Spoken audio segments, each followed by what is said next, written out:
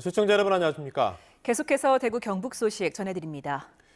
이번 주 집중 보도하고 있는 컬러풀 대구 페스티벌 속보부터 전해드리겠습니다.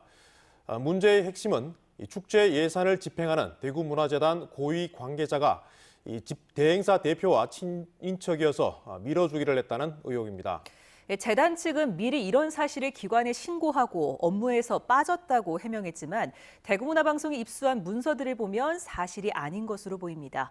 윤영균 기자가 취재했습니다. 취재진이 입수한 올해 컬러풀 대구 페스티벌 사업 계획서입니다.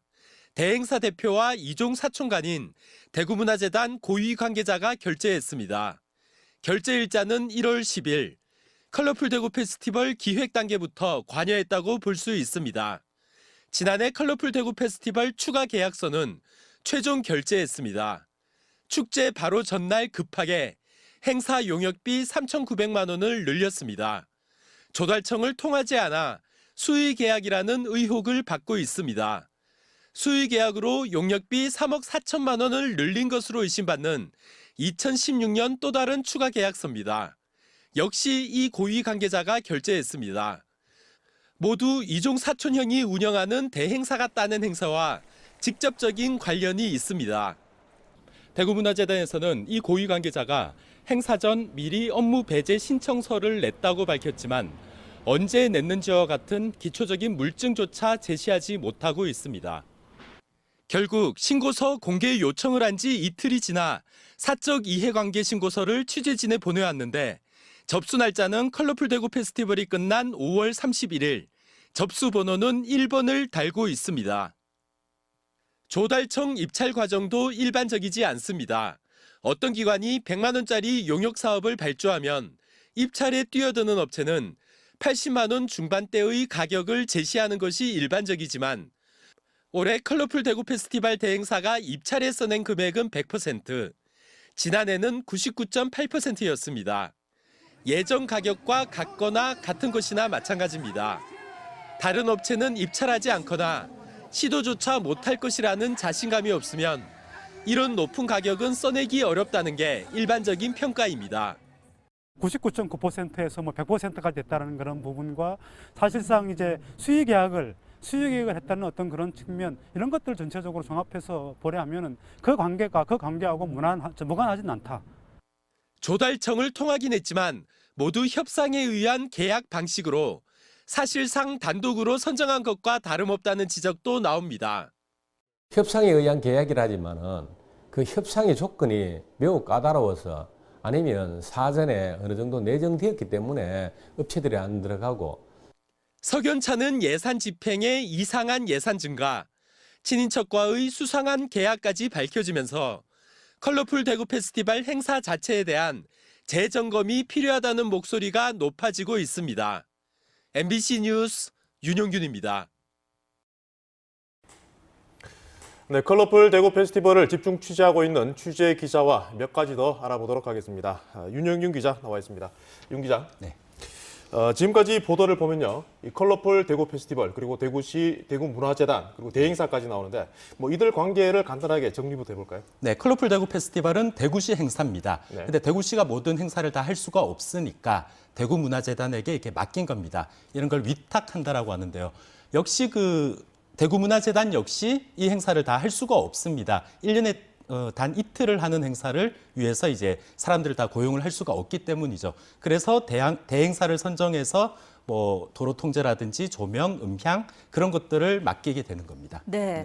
그 2016년에 3억 4천만 원, 또 지난해는 3,900만 원을 수의 계약한 것으로 보인다는 그 보도를 하셨는데 네. 이게 문제없이 진행이 되려면 어떻게 했어야 됐을까요? 이런 행사는 다 세금으로 진행되니까 일정 금액 이상인 경우에는 조달청을 통해서 계약을 해야 합니다. 공개적으로 입찰을 하고 계약을 해야 되는데요. 2016년, 17년, 18년 계약까지 처음 계약은 모두 이렇게 정상적으로 진행이 됐습니다. 그런데 이후에 추가 계약은 당사자들끼리 한 거죠. 수의 계약을 했다는 건데 이럴 경우에도 조달청의 승인을 받아서 그다음에 이렇게 추가 계약을 해야 하는데 지금까지 그 대구문화재단에서는 조달청의 승인에 따라서 계약이 진행됐다고 얘기를 했지만 저희가 이제 조달청에 확인을 해본 결과 그런 연락을 받은 적이 없고 당연히 승인을 한 적도 없다. 네. 이렇게 답변을 받았습니다. 네, 뭐 그 보도를 보면 문제의 핵심이 그 대구문화재단의 고위 관계자 그리고 대행사 대표가 이 사촌간이다. 그래서 밀어주기를 한 것 아니냐 이런 의혹을 제기를 했는데요. 그렇다면 대행사가 그 행사에 굉장히 적합한 그런 능력을 가지고 있는 그 업체라면 그러한 경우에도 친인척일 경우에는 계약을 해서는 안 된다는 뜻입니까? 그 아까 말씀드렸듯이 대구문화재단은 대구시 출연기관입니다. 역시 대구시 공무원처럼 그런 행동 강령의 제약을 받습니다. 대구문화재단의 경우에는 2012년 12월 이후에는 그 사촌 이내의 친족과 계약을 할 때는 각종 절차를 밟아야 된다라고 돼 있는데 이 이종 사촌 역시 사촌 이내 친족에 해당이 됩니다. 미리 신고를 하고 그 친족과의 계약에서 업무에서 빠져야 된다. 이렇게 규정이 돼 있는데요.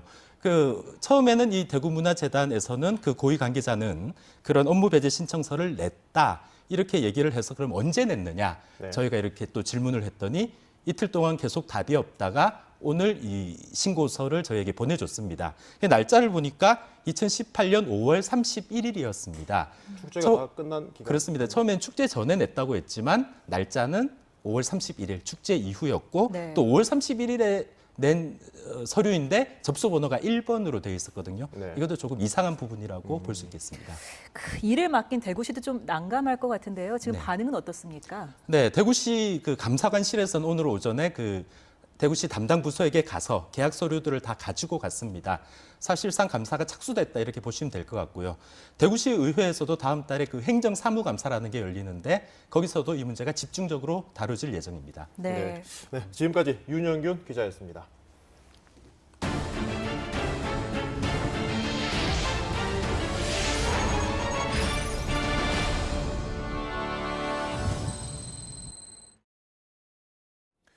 강은희 대구시 교육감에 대한 수사가 급물살을 타고 있습니다. 경찰이 오늘 강 교육감 자택과 집무실을 압수수색했습니다.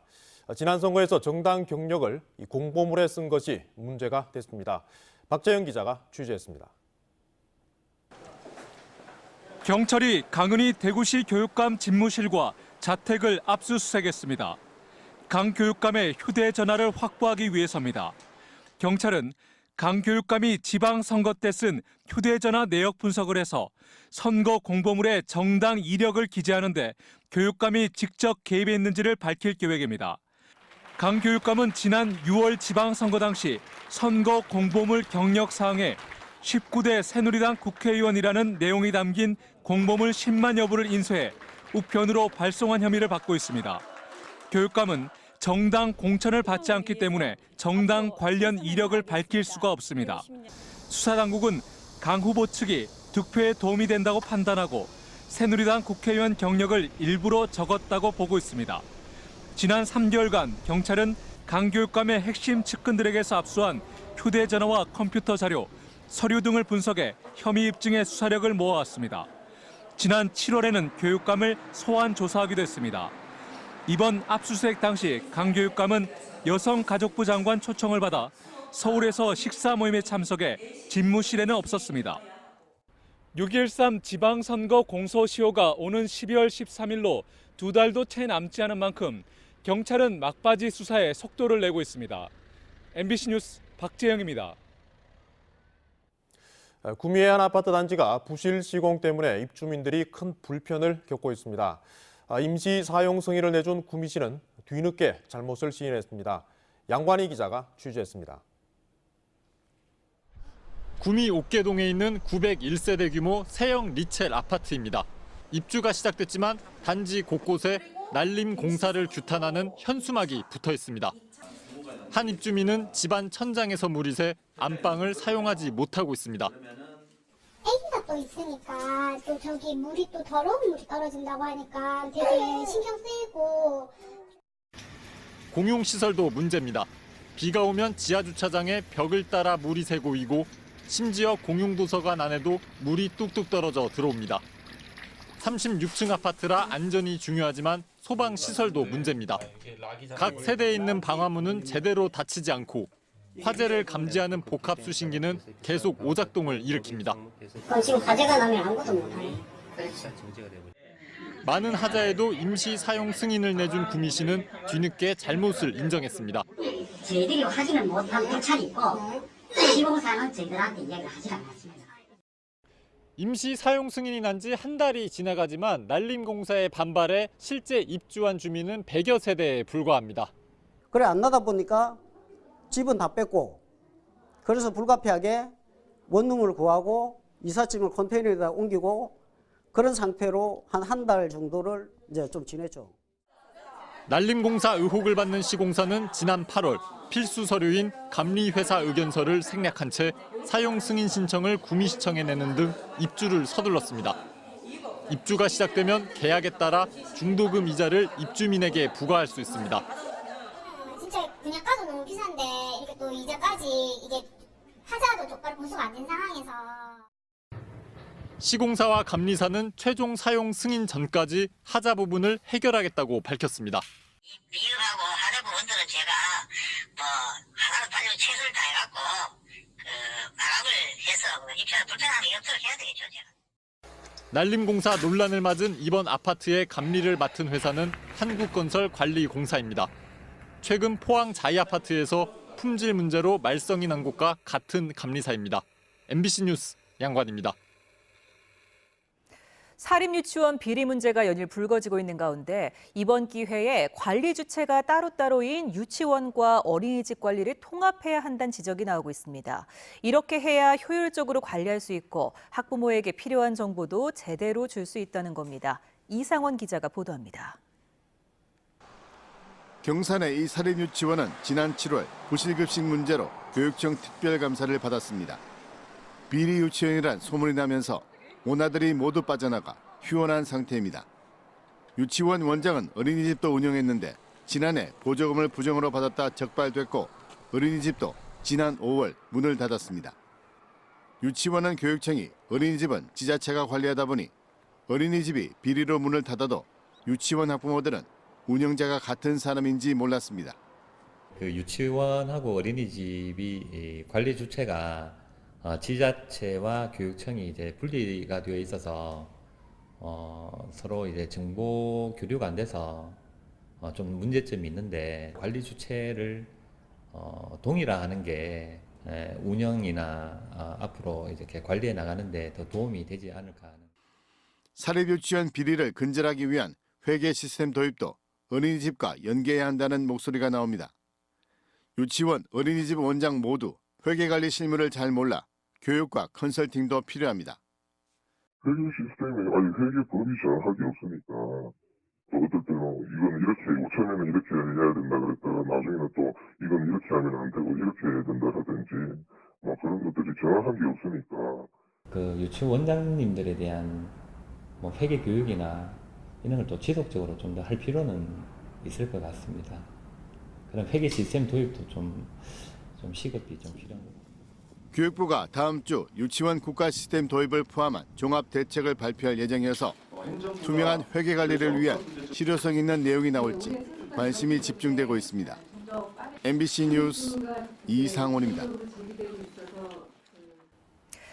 네, 과연 사립 유치원만 문제인 건지 어린이집은 걱정하지 않아도 되는지 김명은 대구시 민간어린이집연합회 회장과 이야기 나눠보겠습니다. 안녕하십니까?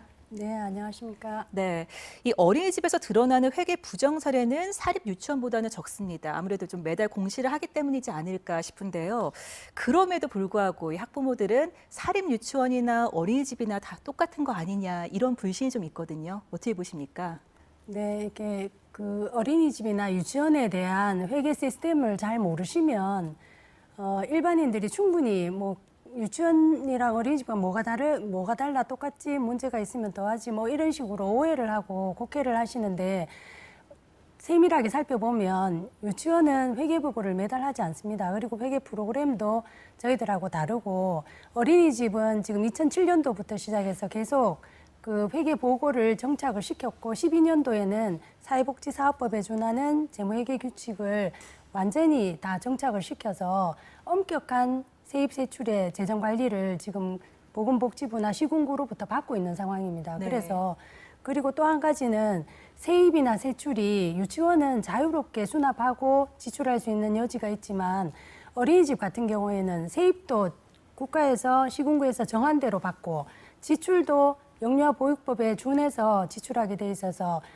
그러니까 여지가 다른 경비로 쓸 수 있는 여지가 전혀 없는 상태로 네. 진행이 되고 있습니다. 회계에 있어서만큼은 그 비리의 여지가 있을 수 없다 이렇게 그렇죠. 말씀을 하신 것 같은데 이 정부가 연말까지 그 비리가 좀 의심되는 그 어린이집 2,000곳을 추려서 조사를 하기로 했습니다. 지난해 보조금 부정수급으로 적발된 곳이 160여 곳이 있다고 나왔는데요. 이 정부 조사는 어떻게 보십니까? 네, 이렇게 어느 집단이든 문제가 뭐 하나도 없다 이런 집단은 없지 않습니까? 근데 문제가 있을 수는 있는데 지금 160여 개의 그 회계 부정 그 시설들이 있다고 발표를 했는데 어린이집이 전국이 4만여 개입니다. 그 중에서 160개 같으면 프로테지로 보면 0.3%에 해당되는 거예요. 네. 단 1%도 안 되는 그 시설 비리를 가지고 4만여 개 정말 그 보육이나 교육에 진짜 자부심을 가지고 열심히 하시는 원장님들이나 경영자들까지도 한꺼번에 일반화시켜서 매도하는 것은 옳지 않다고 봅니다. 네. 아무래도 가장 해결해야 할 문제는 이 무너진 신뢰를 빨리 회복을 하는 게 아닐까 싶은데요. 앞으로 어떻게 풀어가야 될까요? 네, 그게 가장 큰 고민이긴 한데 일단은 그 정부에서도 건강한 보육 체계를 만들기 위한 보육 시스템을 재정립할 필요가 있다고 생각이 됩니다.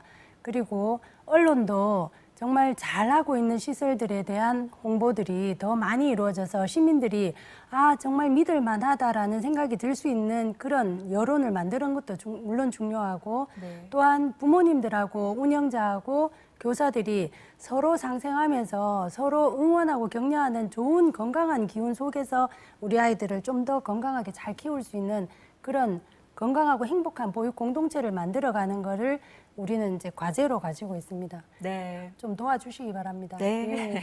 오늘 말씀 감사합니다. 네, 감사합니다. 지역방송 발전기금을 신설해 위기를 겪고 있는 지역방송사를 지원해야 한다는 주장이 제기됐습니다. 국회 과학기술정보방송통신위원회 이상민 더불어민주당 의원은 최근 5년 동안 방송시장은 6.5% 성장했지만 지역방송 성장률은 7.3% 감소했다며 별도의 지원 기금을 마련하는 한편 전파료 배분 기준을 개선하는 등 지역방송 지원에 나서야 한다고 주장했습니다. 지난 4월 대구 불로동에서 발생해 큰 논란이 됐던 대구 50대 부부 폭행 사건 관련자들이 모두 처벌받게 됐습니다. 대구지법 형사 2단독 장미옥 판사는 공동 상해 혐의로 불구속 기소된 50대 부부에게 각각 벌금 70만 원을 선고했습니다. 부부와 싸움을 한 20대 3명은 벌금 50만 원에서 벌금 200만 원을 선고했습니다. 상대적으로 폭행을 많이 당했다고 주장한 50대 부부가 정당방위를 주장했지만 법원은 받아들이지 않았습니다. 음주 교통사고를 낸 후 출동한 119 구급대원을 차로 들이받은 20대가 구속됐습니다. 칠곡경찰서는 특수 공무집행방해 치상 혐의로 27살 A씨를 구속했습니다. A씨는 지난달 16일 새벽 5시쯤 칠곡군 외관읍 4번 국도에서 술에 취해 승용차를 몰고 가다 가드레일을 들이받은 뒤 운전석에서 자다가 출동한 119 구급대원을 차로 들이받은 혐의를 받고 있습니다. 구급대원은 승용차와 구급차 사이에 끼어 어깨뼈와 복부 장기 등이 손상되는 전치 6주의 상처를 입었습니다. A씨는 당시 혈중 알코올 농도가 면허 취소 수준인 0.1%를 넘었습니다. 일하던 회사에서 개발한 디스플레이 패널 핵심 기술을 빼내 중국 등에 빼돌린 일당이 경찰에 잡혔습니다. 경북지방경찰청 국제범죄수사대는 디스플레이 패널 관련 OLED 기술을 빼돌려 중국 회사로 옮긴 혐의로 40살 A씨 등 2명을 구속하고 기술을 국내 다른 회사에 유출한 혐의로 5명을 불구속 입건했습니다. 이들이 중국 등에 유출한 회사의 기술은 OLED 디스플레이 패널의 화면 터치 센스용 화학 제품 배합비 기술 자료와 OLED 보호막 제조 기술 자료 등입니다. 대구 북부경찰서는 가짜 5만 원권 지폐를 만들어 사용한 혐의로 28살 A씨를 구속했습니다. A씨는 추석 연휴인 지난달 23일 오후 2시쯤 대구 북구 한 전통시장에서 5만 원권 위조 지폐로 물건을 사는 등 대구, 진주, 김해 등 재래시장 10여 곳에서 같은 수법으로 105만 원을 가로챈 혐의를 받고 있습니다. 경찰 조사 결과 A씨는 컬러 프린터로 5만 원 위조 지폐 30장을 만들어 21장을 사용한 것으로 드러났습니다. 9.13 부동산 대책이 나온 뒤에도 서울과 달리 대구 지역 아파트 매매 가격은 상승세를 이어가고 있습니다. 한국감정원이 발표한 10월 셋째 주 주간 아파트 가격 동향을 보면 대구는 0.14%, 수성구는 0.38% 올랐습니다. 9.13 대책 뒤 5주간 누적 상승률이 대구 수성구는 1.86%로 서울 0.57%의 3배를 넘었습니다. 대구의 생산과 소비가 늘어나고 있지만 경북은 줄어드는 것으로 나타났습니다. 한국은행 대구 경북본부가 지난 8월 기준 실물 경제 동향을 조사한 결과 1년 전과 비교해 대구는 기계 장비와 자동차 부품을 중심으로 생산이 6.3% 증가했고 경북은 0.9% 줄었습니다.